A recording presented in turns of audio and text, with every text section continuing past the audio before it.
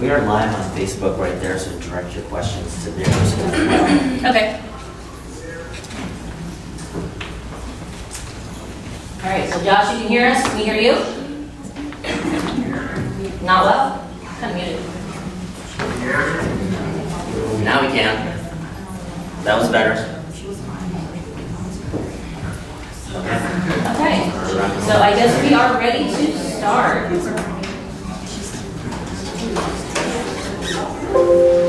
So welcome to the Broward College South Campus's Business Learning Communities event. Hi. The social media impact on the 21st century life and economics. So this event was the brainchild of myself. I'm Professor Laura McDermott and Professor Greg Lindeblom, sitting on the opposite end of the table from me. Our ENC 1102, which is Composition 2, and ECO 2023, which is Microeconomics. Our courses, we have students who are shared among the two classes, and we are covering some topics that span the conversation of economics and communications within our course curriculums. So today's event was spawned from that idea, and today we have with us panelists to talk to us about how social media is pretty much changing our society. So with me to my left, your right, is Jan Becker. She is the Marketing and Communications Coordinator for the Miami Book Fair. Becker is widely known for her regular Facebook posts that are shockingly delightful and unflinching in their candor, revealing an intimate portrait of a quirky writer and her South Florida surroundings. In 2016, Jitney Books published The Sunshine Chronicles, an inventive compilation of Becker's Facebook posts, which was named to the 2017 Pride Reading List by Balls Out Loud. So welcome, Jan Becker.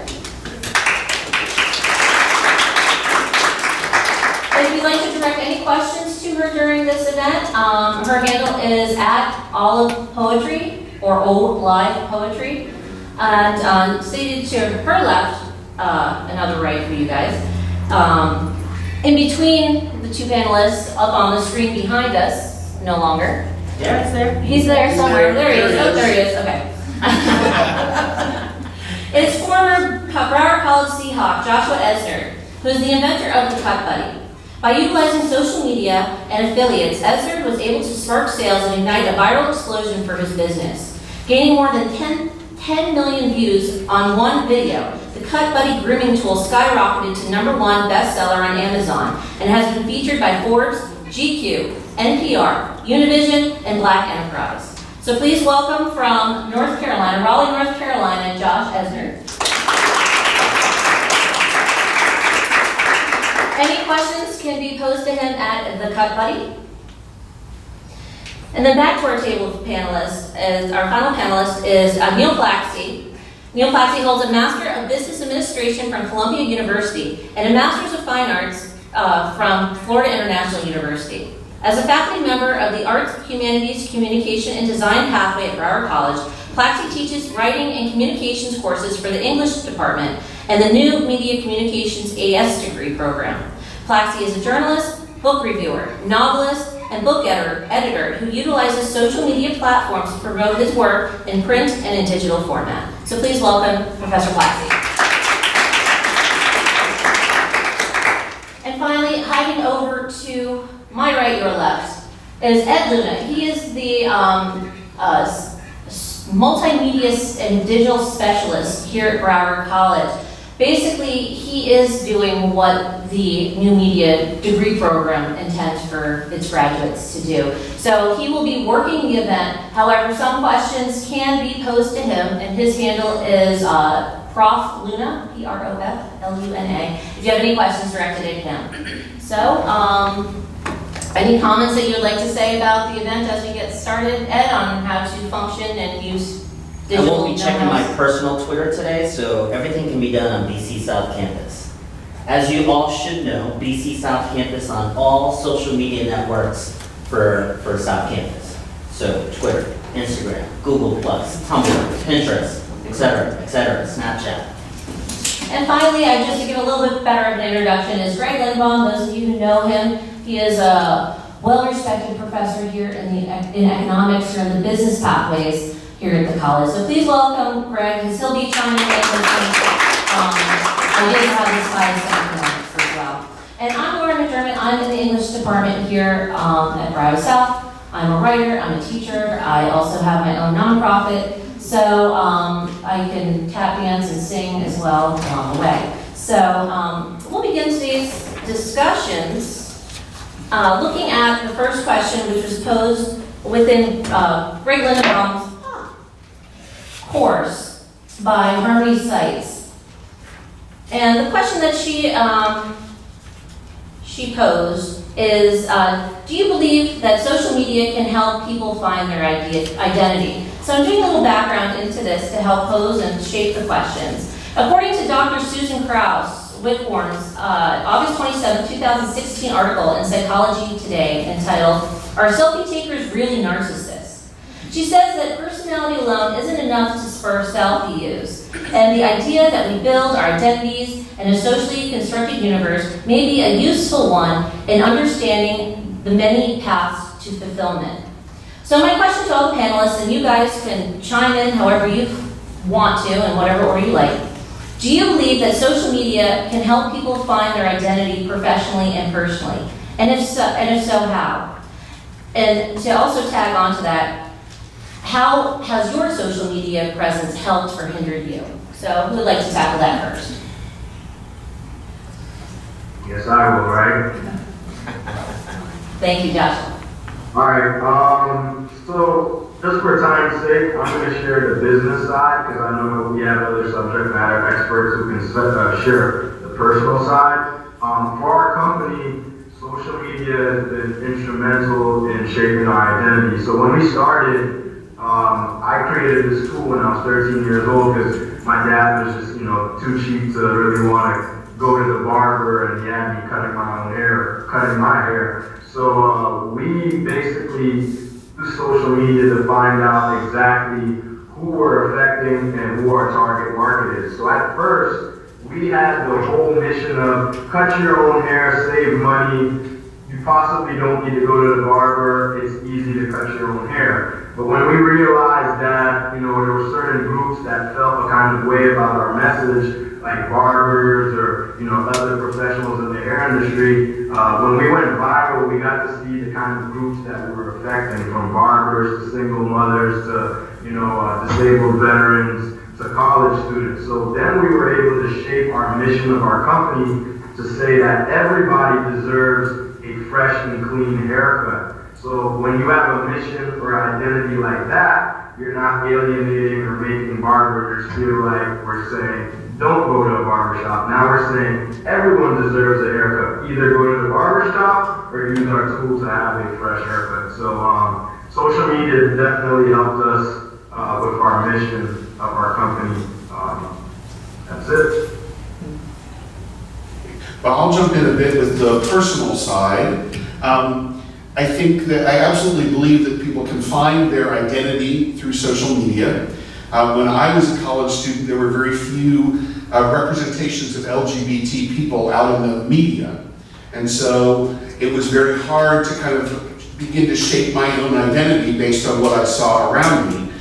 Today, there's so many representations in all different areas that students can, or that young people can, find their identity in the sense of, oh, I'm an athlete. Well, here's Tom Daly, who is the Olympic swimmer, or Olympic diver, I'm sorry. And he's got these great workout videos that are really fun to follow. And I think also you can connect to people in a way, especially if you're uncomfortable out in the world at present, or if you live in some rural or isolated area. There's all kinds of groups online, even as simple as you like a kind of book and you go on to Goodreads and you join a book group for that. So you start to shape your own sense of who you are and make all those connections out in the world. Yeah, I think it's important to remember that, or this is more from the personal aspect of the question, that identity is not static, that we can always change our identity. We're not always stuck being an asshole for an asshole. We can become a nice person. I'm allowed to say bad words. Yes. It's just my job at stake, so don't worry. I think for me, social media allowed me to be a lot more open and assert parts of my identity that I might have kept quiet about. For example, I might post about going to the shrink. There's nothing wrong with going to the shrink. A lot more people should go to the shrink. So in that way, I think social media sort of helped me assert parts of my identity that are already there that I don't express, rather than find it. But I'm older. You're all in college. Some of you are older. But you're not stuck being who you are right now. You want to take a question from the Yeah. audience? There was If I saw a question pop up, we'll take it. Yeah, I just feel like it's not a real version of you though if you're online. Like it's a different perception of you. Like, would you really be that way if you were in front of somebody face to face versus over online? So is that really your identity or is that who you're portraying yourself to be? Okay, let me rephrase it just so everybody gets it, in case they didn't hear it. So the identity that you have, correct me if I'm wrong, so the question is, the identity that you put forward on social media, is that the real you? Or is it some sort of persona? So, I think you could have a bunch of versions of you on social media depending on what the situation is. As in one-on-one interactions, you may be more comfortable being open and being, talking about what's wrong with you health-wise or anything like that in a one-on-one situation where you don't see the other person. They're not right there in front of you. Sometimes we can be more open that way with a stranger. And I think you can have different personalities based on what your purpose is. I'm generally a cheerful and upbeat kind of a person, but I particularly try to be that when I'm online because I'm representing my books and my brand. And so, whereas in a messenger, instant message something, I might, be a little different. Cheerful and upbeat murder mystery writer. Yes.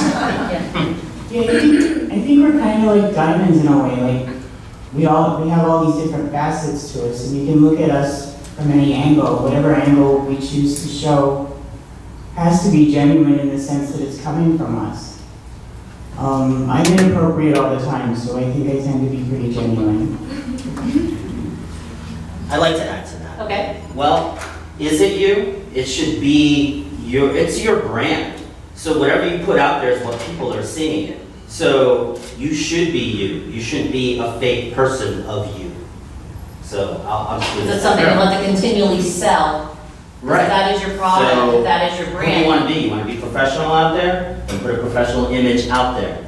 If you want to be the person with the beer in your hand all the time and people not taking you seriously, that's what you're putting out there. So be true to yourself when you're putting your stuff out there. Good. One last question on this, and then we'll move to the next.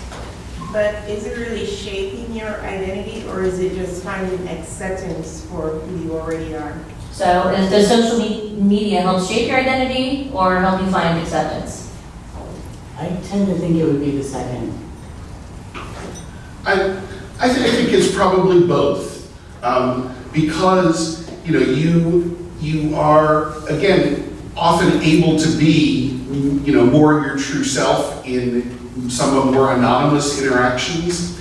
So that's how you might become more comfortable with a particular identity to then take it out to the world in person. So I think it's probably both. Well, going back to Josh's point, and maybe you want to talk about this, Joshua, how using social media helps shape his mission and his purpose for his company. Do you want to talk more a little bit about that, Josh? Yeah, so on my personal side, just because, I've been on Facebook and, all the way back from the beginning of social media, I've always kept it 100 myself. Even at work, I keep it 100 because I know that people are going to watch my mannerisms and people are going to see exactly how I am. If I shift who I am real quickly, they will start to realize that I'm not being myself. That's me on the personal side. On the business side, business is more reactive. So we shift based on what our customers want at the time, meaning that if you guys want this product, we're going to offer this product. If you guys want an improvement, we're going to offer an improvement. If you guys feel that we aren't serving a specific demographic, we're going to make sure that our product can help you and serve your demographic. So I feel like the business side and the personal side is a little bit different. I tend to be more on the side that if you're being different online, you may be covering something up and you're not really you. I guess we'll talk about the whole catfishing thing or whatever it's called, covering up the identity. But for business-wise, I think you can shift your business model based on what your customers need. This is a good segue to the next question I wanted to pose, which is cyberbullyhotline.com has an interesting article posted on its website entitled Catfishing, a Growing Trend in Cyberbullying.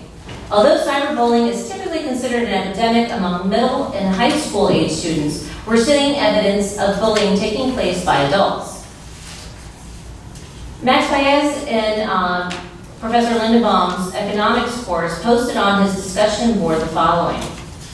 Do you believe everyone should be linked or traceable to their account?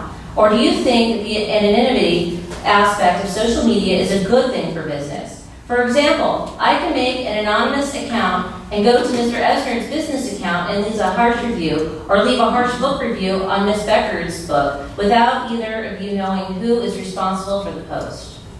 So, my question for all the panelists, has any reviews of you or of your products hurt or helped your business? And this could even be something for those of you that are professors on the panel, like Great Mind Professors. So does anyone, who wants to tackle that question first?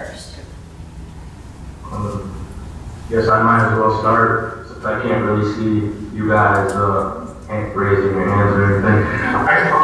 For me, I think that, well, first off, Max, that's a great question, because our business went viral off of people hating on our product and leaving bad reviews, not on our product, but me as a spokesperson and what the product actually stood for. You know, people, when I first started business, as I was saying, I was going bald. I had like a McDonald's hairline shape. I had a 5 head, so I was trying to cut my own hair with my products, and people were just roasting me. What ended up happening is they ended up sharing, a comment saying, hey, Jose, or hey, Max, check out this stupid product of this guy with, a 5 head. And they didn't realize that Jose or Max actually liked the product. So, out of 10 haters that were sharing my product or my video of me bald but cutting my hair, one person was buying the product. A viral situation ended up happening. But to address this topic, this is probably going to be the most important thing for companies like Amazon and Facebook in the future. Why? Because it leaves the accountability on, the customer,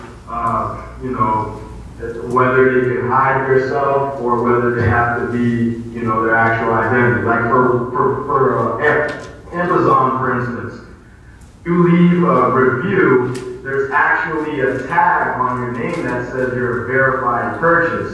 If you leave a review without buying the product, you don't get that tag. And it doesn't actually affect the rating of the seller. So Amazon has been proactive in dealing with these things. Facebook, they're very proactive now, not totally proactive on, stopping bad reviews, but Facebook now, you can set profanity filters, certain filters on your page, so that if someone says, I effing hate this product, or, this is so stupid, I should fuck this guy up, or something like that, they actually block out the whole comment, and it doesn't show up. So I think Facebook will continue to go and apply filters so that you can prevent these things. But for me, and bad reviews have actually helped us. Why? Because we can answer questions and the whole world is watching and how we're gonna deal with it. So if someone is totally upset about our page or our product, sometimes there are hidden things behind it. It may be that they don't hate the product. It may be that they had a bad day at work.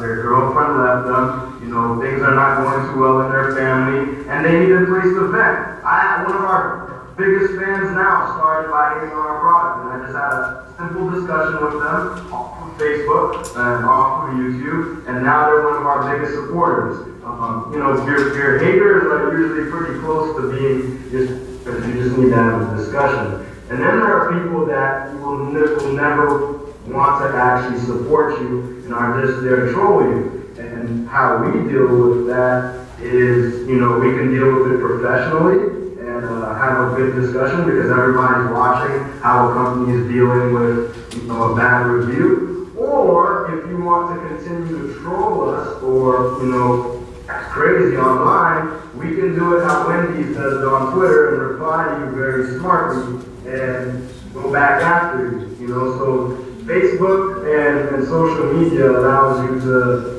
set the stage. If they want to come into the battle zone and go back and forth, well, we can go back and forth. But if they want to be professional and have a discussion, then that can happen as well. So, you know, just remember the whole world is watching on the business side. If you want to handle it professionally, but you can handle it, you know, you can handle it in a funny way and still be professional. Lastly, if you go to Nashville, there's a place called Fix Revenge. It's a restaurant. Customer service strategy is actually to walk up to you and curse you out and make fun of you. And that actually ends up being a great way of customer service, and people always go to the restaurant to get made fun of. You know, so you just have to know what your audience is and who can take it, find out who exactly you're talking to. So it's helped us. I want to approach that on the other side in terms of positive reviews, because Amazon's cracking down on those too. There are, you know, companies that you can hire that will go out and, you know, bombard your product page with positive book reviews, for example. And so Amazon's cracking down on that. They're cracking down on, like, oh, my friend who is another author posted a positive review of my book. And Amazon says, oh, well, they're your friend, so we're going to take down that review. So, you know, it's a very interesting dynamic that Amazon as a company certainly has to deal with. And, you know, in book reviewing, in the book review business in particular, every review you find these days, like on a website, will have a little disclaimer at the bottom. A free book was provided in exchange for this honest review. To try and get around some of these bots that might say, oh no, this is just, you know, somebody paying for good reviews. I've been really lucky. Everybody lies on my behalf. I have tons of chili peppers on Rate My Professor, and so far I've gotten all the reviews. I don't really have a whole lot of bad. Except that it's really hard to get reviews for books. Mm-hmm. I've discovered that it's hard to find somebody that will actually read your book and say something about it. Which is incredibly frustrating when you get somebody who writes the review and then Amazon takes it down. Well, typically, the squeaky wheel gets the oil. You know, those that are angry about something are more excited to tell the world about how awful a dinner was, how horrible service was, how bad a product was.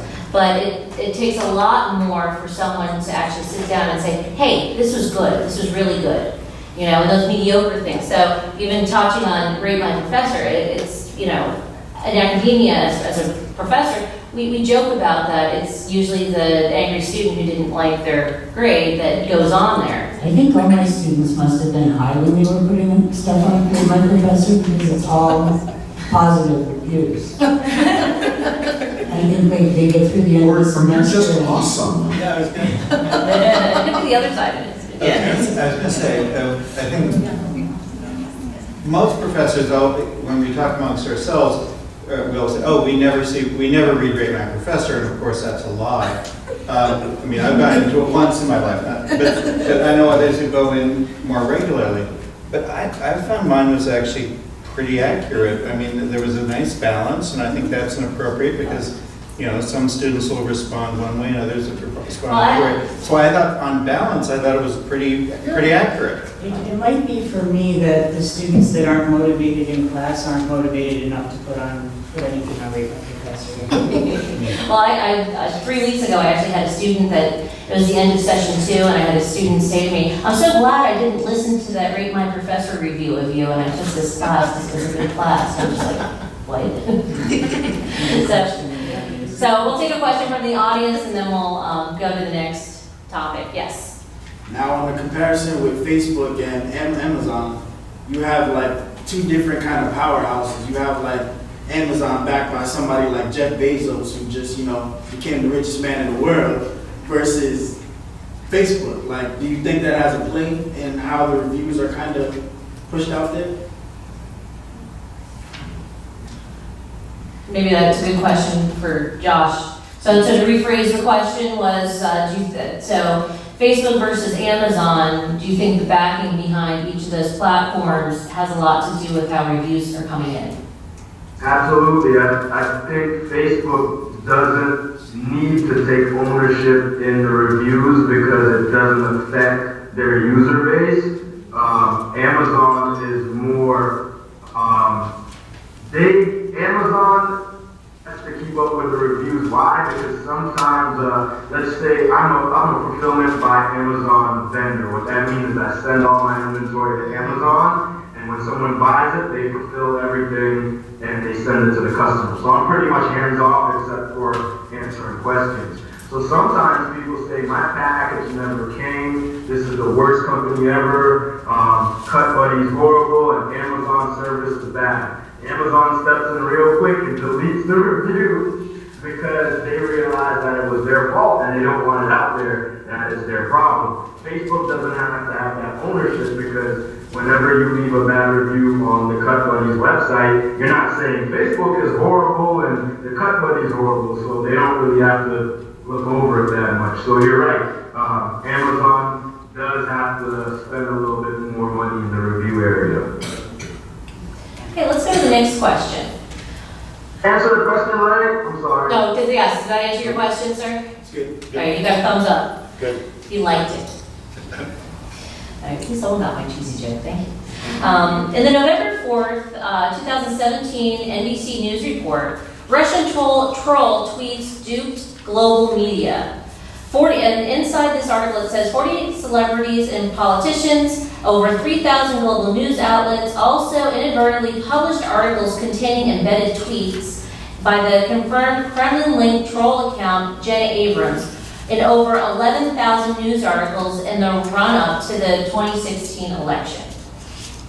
So to go to the Facebook post by Rose Eviglio, do you think the impact of social media on life and the economy has changed the face of the electoral process in America?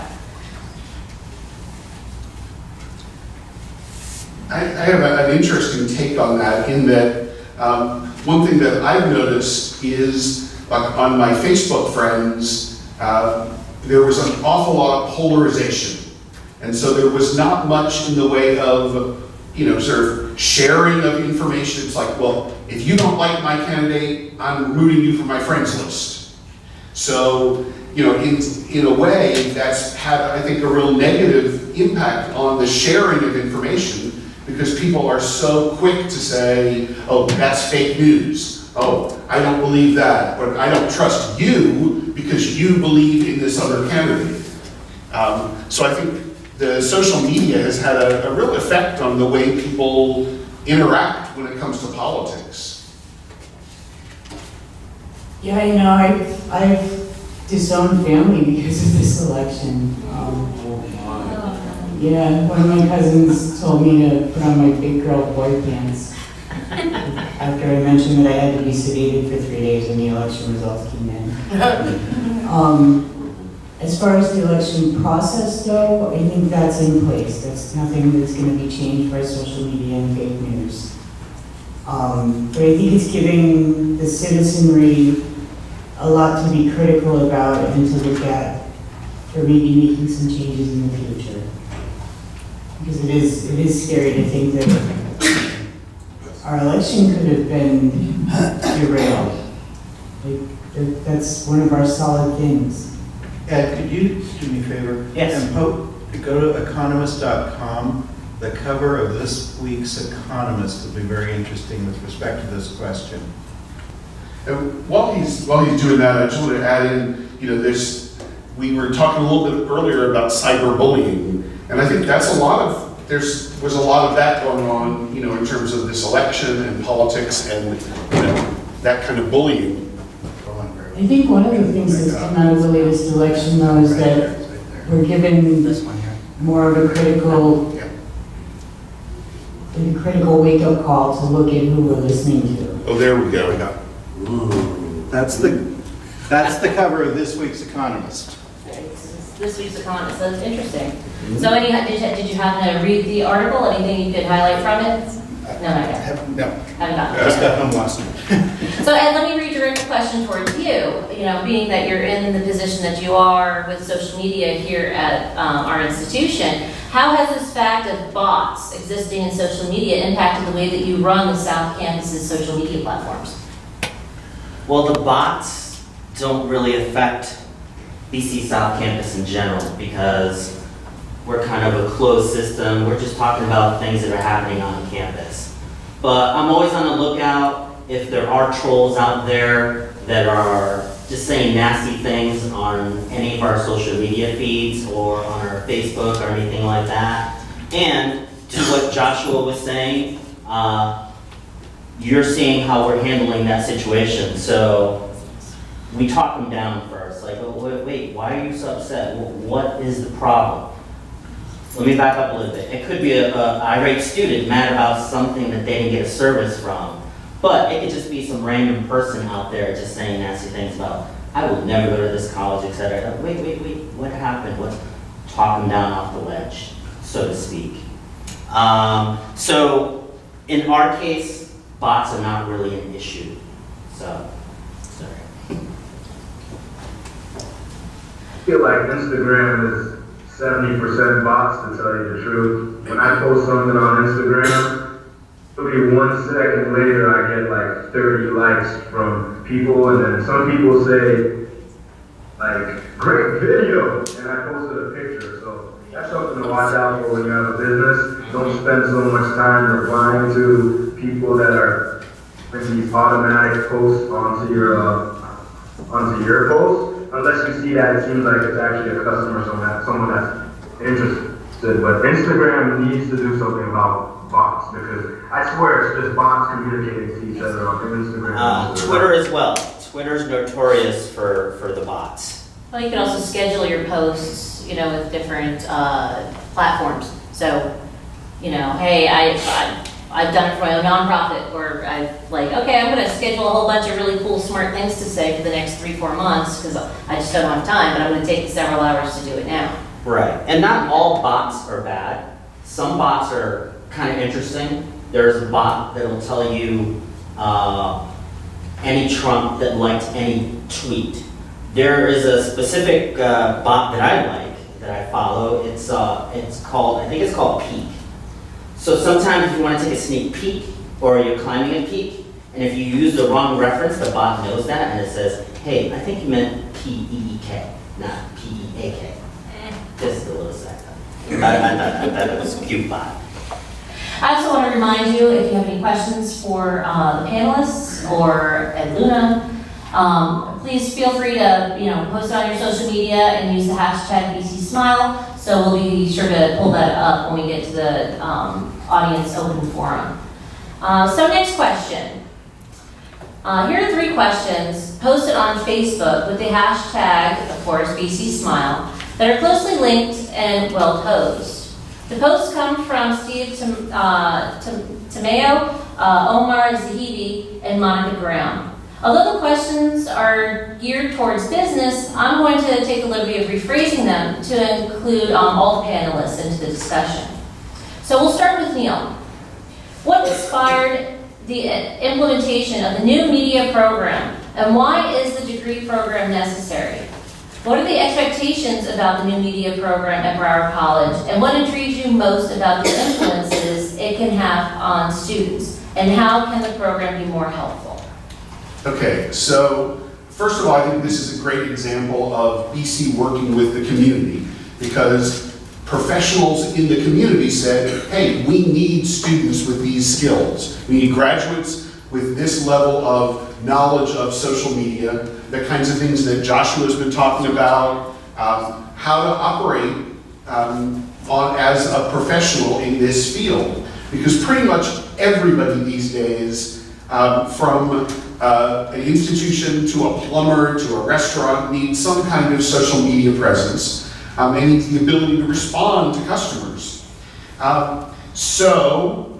Most of us, I think, will look to the web first if we have any questions. And we'll get frustrated if the company doesn't have a website or doesn't have the answers to the questions we're looking for.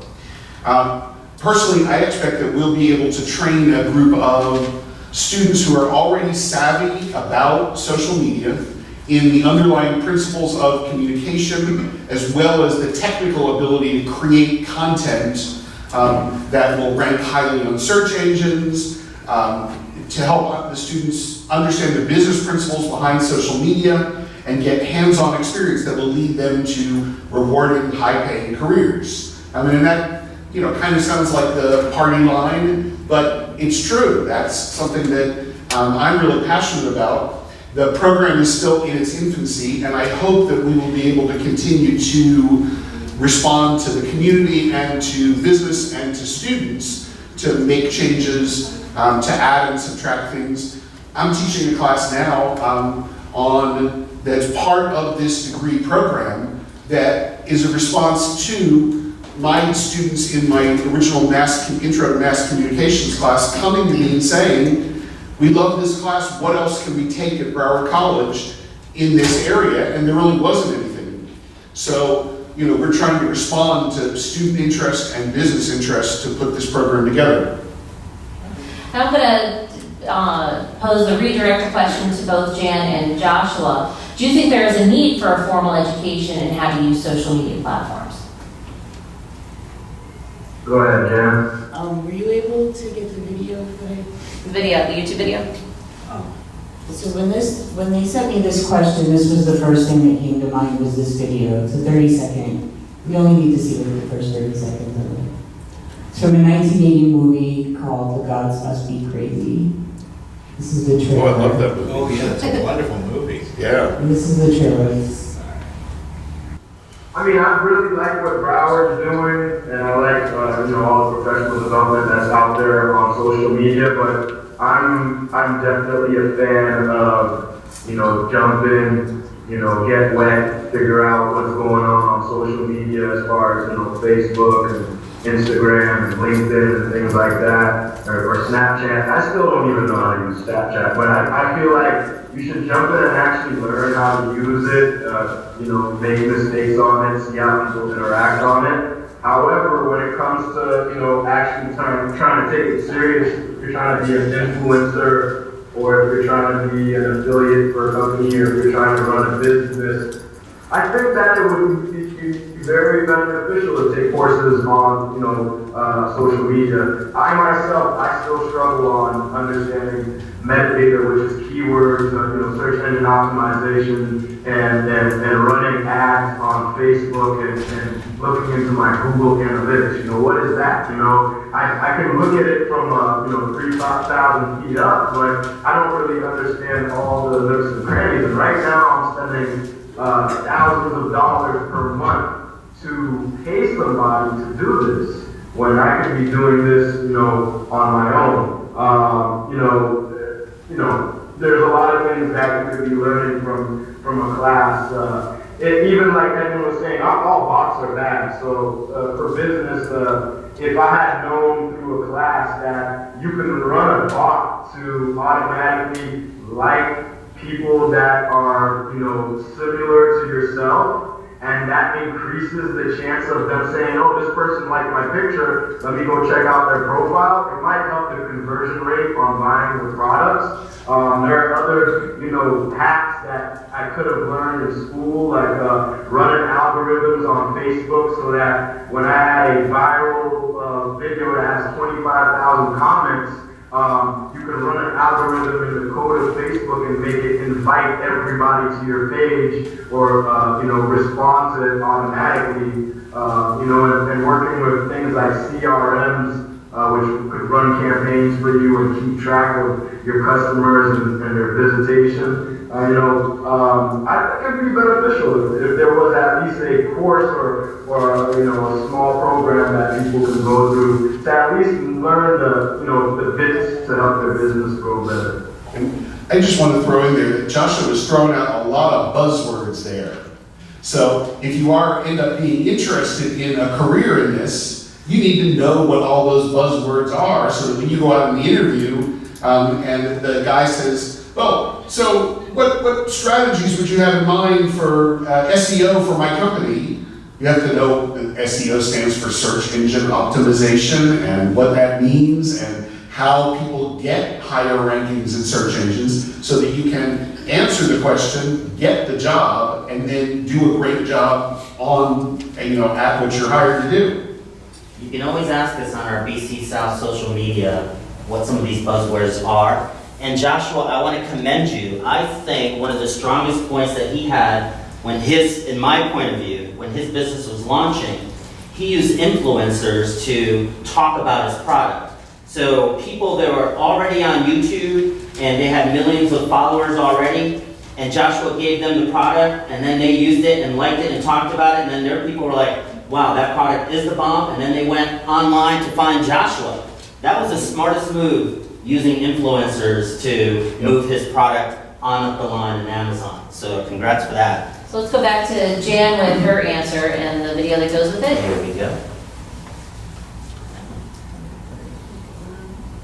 So many of you in the room, this movie came out long before you were thought of. Came out in 1980. That was before I was thought of.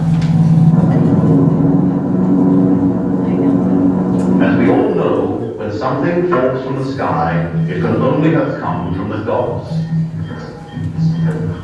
Of course, the gods only send good and useful things. However, this time they made a mistake. The gods must be crazy.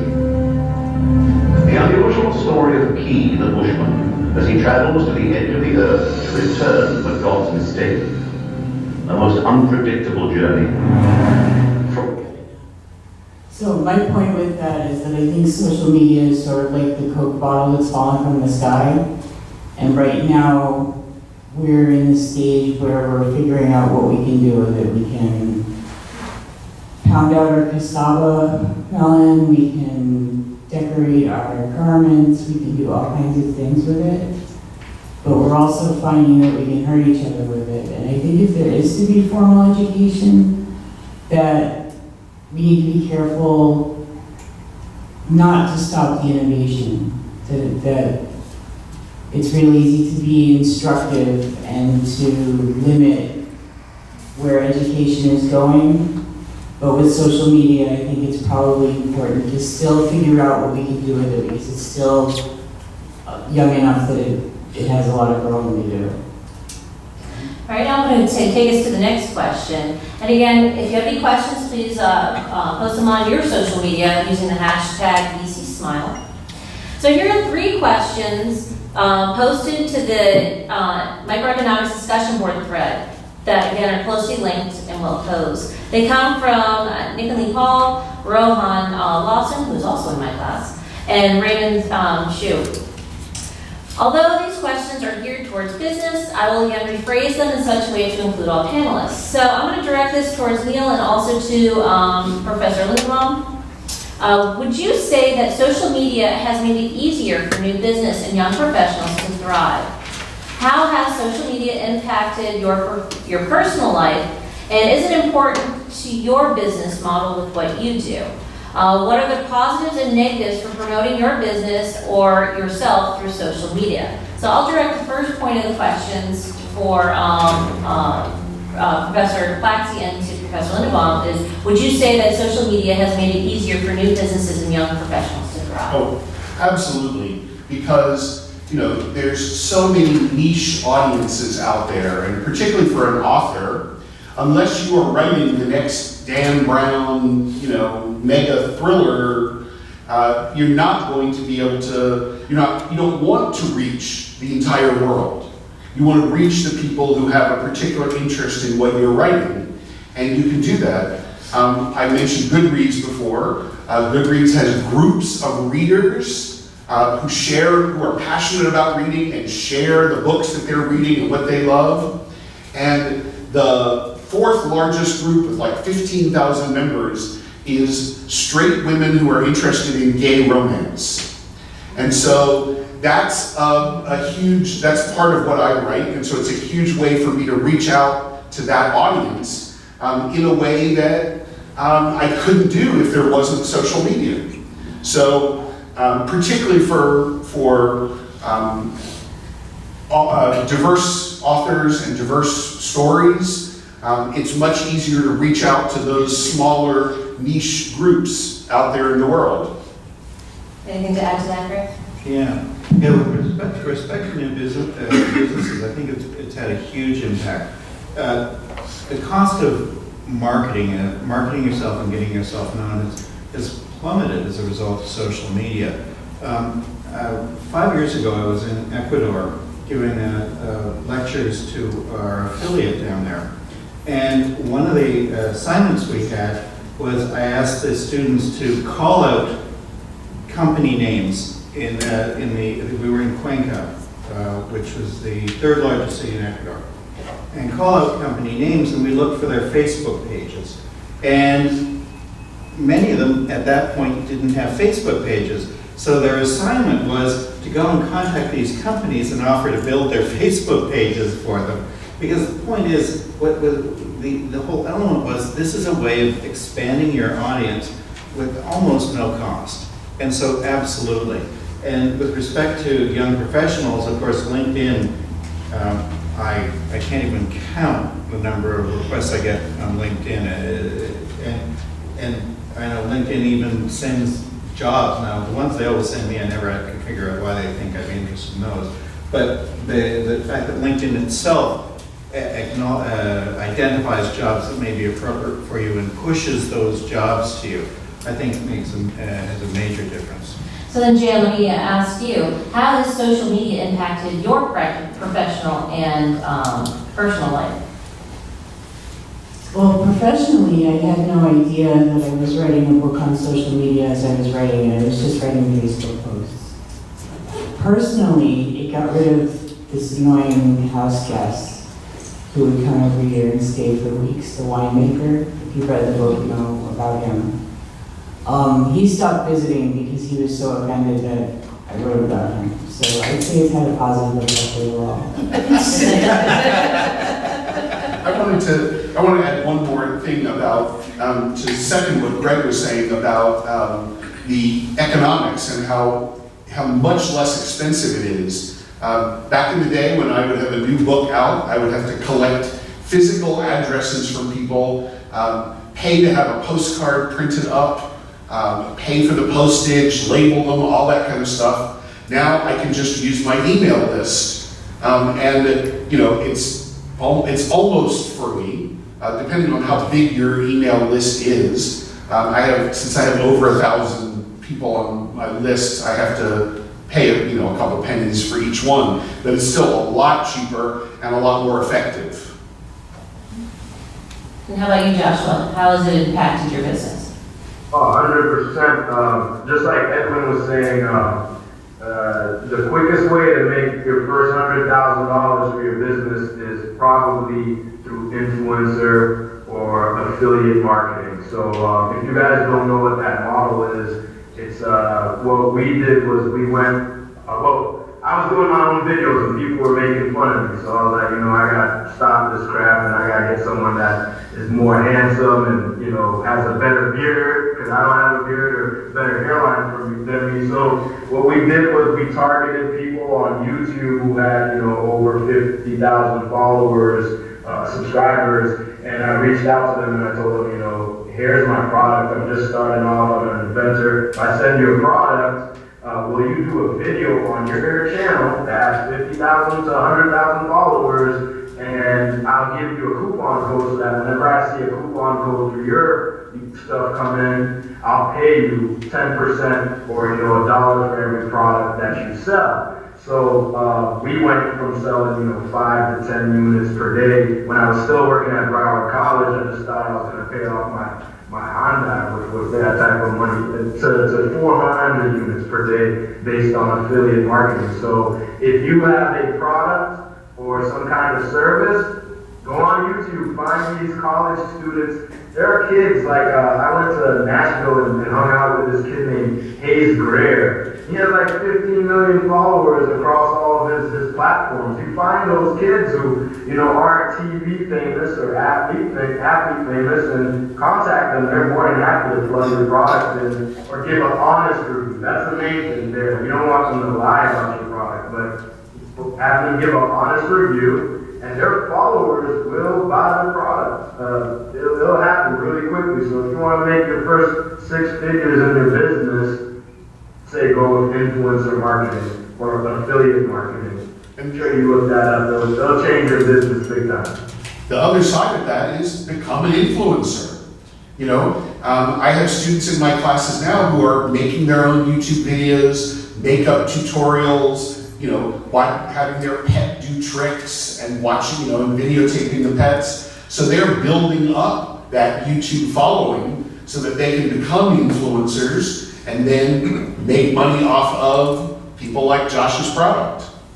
So just like Greg is saying, that's exactly what I'm doing now that, I'm going to be on Shark Tank and we've been on all these platforms that are bringing buzz to my name and my family. So now naturally, why shouldn't I be an ambassador, So with my son and myself, we try and make these cute, funny videos, singing auto-tune and things like that. And what we're doing is just farming likes. And eventually, Huggies or Carter for kids or, Bosley's Bald Hair Men's Club will contact us and they'll have to pay for us to do a video for them. So that's influencer marketing. Yeah. One of the hot trends on YouTube right now is this thing called toy unboxing, where people get a toy and then they open it up and they explain it to people and all that stuff. And so they're doing it for fun and they're getting the products for free or it's something they wanted, a toy they were going to buy for themselves anyway. 3-year-olds do that. So, Actually, any unboxing is huge on YouTube. Yeah. That's interesting. Well, let's move down to question number 7 on the list, because I think that kind of fits here. Parenting.com claims in its article, Parenting in the Facebook World, How Social Media is Affecting Your Parenting, that, and I quote, there is a simple beauty to these everyday moments, unseen by the audience. They generate no likes and are shared by 2 people who matter most, the parent and the child. So, to go to Rose's question that was posted on Facebook, do you think the collapse of parenting in the 21st century is caused by the introduction of social media? And do you think it has changed the outlook and difference in culture and beliefs as it relates to the values and ethics? So I'm going to pose this question to Jan, since she has a lot of family and friends in her book. Can you explain Tijuana's relationship with the infant who then becomes the toddler, and whether or not you feared oversharing the life of someone else's kid on Facebook? So a couple of years ago, I realized that in Spanish, Auntie Jan is Tijuana, and that I didn't have any children in my life. And I put out this call for people to start having babies, because I was wanting for children, and people did it. Like, they started getting pregnant right away. It was wonderful. In the book, the toddler is Laura's daughter. And I remember we had a conversation before I posted anything on social media about her. We think the caption for that one reads, "This kid poops like a long haul trucker." The The kid poops like a long haul trucker. But I was careful when I was posting about her to make sure that any of the location settings on my device were turned off. I checked with Laura before I posted about her, and I gave people in my book nom de plumes so that they would have a little bit of privacy. In the middle of the morning with no coffee until after blood work, Tijuana was finally enjoying her first sips of Joe with this lovely child on her lap. It was all wonderful until I looked down and saw that the little Jub bird had pooped all over my Jabberwocky shirt and was giggling heartily at my reaction to finding myself covered in excrement. While this was extremely unpleasant and disgusting, I must say, I feel I now have irrefutable evidence that any day that does not begin with a hot, strong cup of coffee is indeed a shit day. Most of the information that I posted about the baby had nothing to do with her. It was mainly me reacting with her boob. So then, Josh, you're a new parent. How old is your son? 3.5 months. He just got his second set of shots today. Oh, fun. Yeah. Make sure you have Tylenol handy this evening. Yeah. So as a new parent, what are your parameters for sharing details about your son? You previously had said that your son is now starring in videos with you. So do you have any parameters or anything? Yeah, so that was something that I was back and forth with myself about in the beginning. You know, I was almost say I'm never going to put my son on social media. You know, I don't want the world to know who my son is because I was afraid to be like a takeover in the future and they do like facial recognitions and say something bad happened to me or some event happened with me. And they connected to my son. I started worrying. And, you know, that's all possible, and I think it's all things that you could consider. You know, my main rule is I don't share anything about my son that someone wouldn't notice from walking by them in public and noticing. So if they walk by my son and they see him in a stroller and he's you know, a mixed race child and he smiles a lot and he poops on himself a lot. I get pooped on every day. I mean, those are things that are up front and that anybody would notice, and those are things that I'll share, but I wouldn't share anything beyond that about his life. I'd rather him have the chance to tell his own story when he gets to choose whether he wants to have his own social influencing account. The only reason that we do the videos is mainly to show what, you know, parenting is like. You know, we want to set an example for fathers out there and also mothers. And we also, there's a business mindset behind it as well, that if we can get an endorsement from a Huggies or, you know, a Carter's Kids or Toys R Us, that would help us pay the expensive ass health insurance that's out there. So there's a strategy behind it. I'm more careful about the personal stuff about my family. Now, you'll never really know what's personally happening in our life because I don't have an explanation. You know, I'm more of a businessman, but yeah, I just don't share personal things much. So then, Neil, let me ask you this. As someone who studies new media, do you think, to answer Rose's question, do you really think that there is a collapse of parenting in the 21st century due to social media? I think you see people complaining all the time, oh, I saw this family out at dinner, at the restaurant, and everybody was on their devices and nobody was talking to each other. And, I don't know. I think there's, I think that if you are out there, as long as there's a two-way communication, then it's okay, You're learning how to deal with people, and, as long as you can put the phone down at some point and actually talk to the people in your family. I know parents who are monitoring their kids' Facebook accounts and monitoring their internet use, not in the sense of, oh, I have to know everything you're doing, but just I'm protecting you from bad things out there. So I think parents have to be involved more today than they might have been in the past. So then let me pose the next question to bring it to a professional level. Greg and to Ed, how are HR departments of companies looking at people's social media and things like that? Do you think that people's social media could be hindering job growth, being hired at a company? Absolutely. And Judge, while you're at the company as well. So a lady who just flipped off Trump's motorcade, somebody took a picture of that from behind. Somehow she was recognized, her name got out there, and the very next day, her company fired her because of what she did.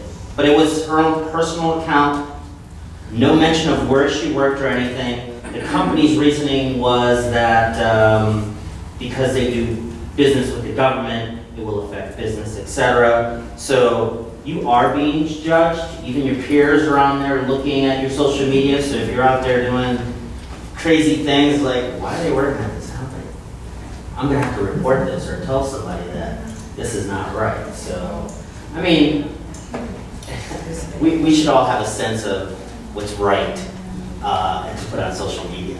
It's become a fairly standard recruiting technique to check out people's social media. Just take a look and see if there's there. That's why we usually recommend prudent Facebook links and the like. Some of the people in Charlottesville lost their jobs because of their associations as well. So, yeah. Right. I mean, that's definitely a good point. In class, in my class Saturday class, we were having a similar discussion about this, and everyone in the class was like, no, people, companies don't have the right to go into your social media and judge you for what it is that you're posting or whatever. And I said, okay, so let's, I teach a very diverse population. Some of the faces are in this room right now. What if after class, I go and hang out with my social club and we happen to put on our white bed sheets and do what people in white bed sheets and pointy hats do? Is that my business? Is that my prerogative? Oh wait, a couple months from now grades are due and there seems to be a weird disparaging number of non-passing versus passing by certain reflections in the room. I'm now held to a certain standard based on my associations.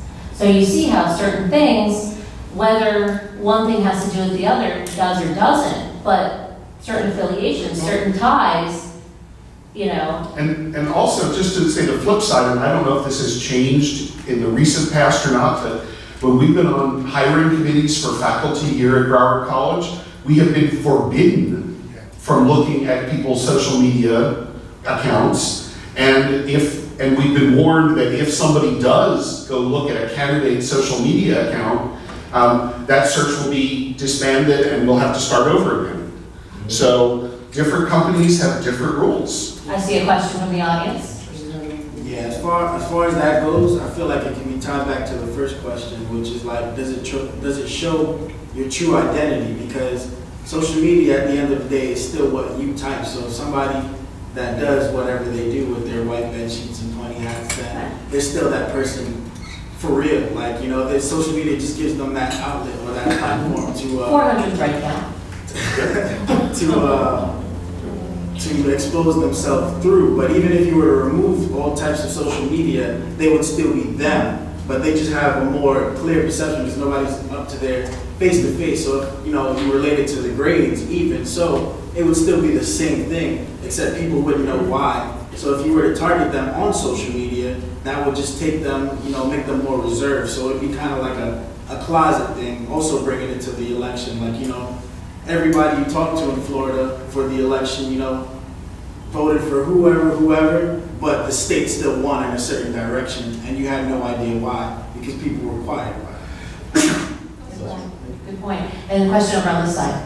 Yeah, as it goes back to the young lady who was dismissed from her job, I was wondering, is it because it was the government that she did that to, because she was like, it could be, it's her personal life. What about the freedom of expression? Is it just because of that, or it was anybody she could have done that to? Why they fired her? Well, that all depends, but this happened to take place in Virginia. And Virginia, like Florida, is a right-to-work state. So they could fire her for whatever reason, and that reason was good enough for them that day. I haven't read the whole article in The Economist, but that's one of the elements that they touch on is the blurring of public and private that is occurring nowadays through social media. And basically, we're the ones choosing to make our private public. And so, how is that being used? So, all right, so are there any other questions from the audience? I know that we've kind of coming towards the end of our segment. Are there any other questions that anyone would like to address? You can ask it now, or you can post it on your social media using hashtag BCsmile, of which all the panelists, including myself and Professor Lindeblom, will actually come back into social media and answer. Yes, sir. I have a question for Mr. Joshua. Okay, question to Josh. Yes. Well, Josh, I want to first say congratulations on your amazing success with your product. If you were to advise someone who's just starting a business, which social media platform would you suggest first? That's a great question. If it's a product, or it depends on what you're doing.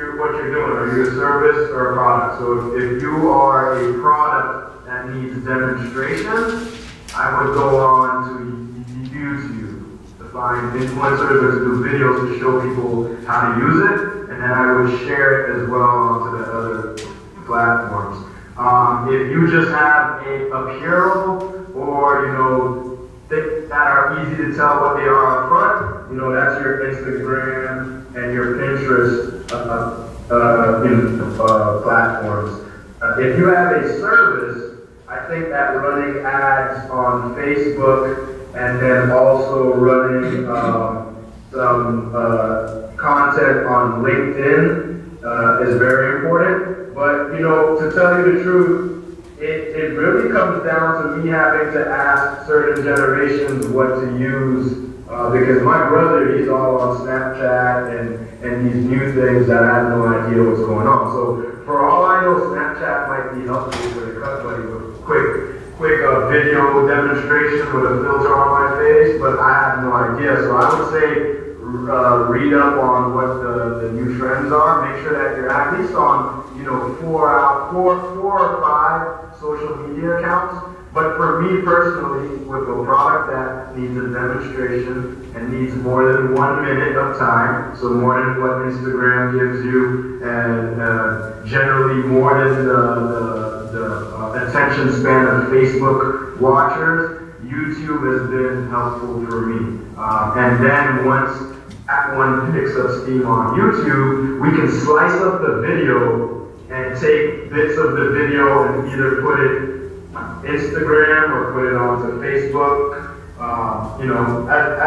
Gary Vee is a great person to learn about that. If you ever want to learn about social media marketing, Gary Vaynerchuk, he's amazing. And what he says is, you can use the same video, but just splice them up at different times, or use different filters and apply them to different social media areas. You don't need to recreate content over and over. The other point to add that I think Joshua was saying is also be aware of your demographics. Who is it that you are trying to sell to, and where are they online? Correct. Yeah, that's also important for the political side too. In my company, I can't sit there with my company and go onto a specific party for political reasons. Why? Because I have everywhere from a wounded veteran who needs to cut their beard, to the LGBT class, to African Americans, to the farm guys and all the way in the country. So I have to be be careful about what I'm saying politically. Something's wrong, you know. Always salute your veterans, salute to LGBT, and, you know, be up with the current events. But I wouldn't take a side for your business. That can lose you a lot of money. Yingling lost a lot of money for taking a side just a year ago. Papa John's lost money yesterday. Yep, this is true. All right, so I think we'll conclude this because I know that some of our instructors that are in the room have class again at 12:30, as well as some of these students. So again, if you have any more questions, post them on your social media sites, and the panelists will be answering them. So thank you again for coming. I want to give a quick thank you to Ed Luna and to James for helping the teams to make this all happen, and to our panelists, Jan Becker, Neil Patsy, Joshua Esner, and to my partner on this project, Greg Lindeblom. So thank you for your help on creating all these questions. So have a wonderful afternoon. Take care. Remember to go and like this event. Yes, keep the conversation going. Hashtag BCsmile.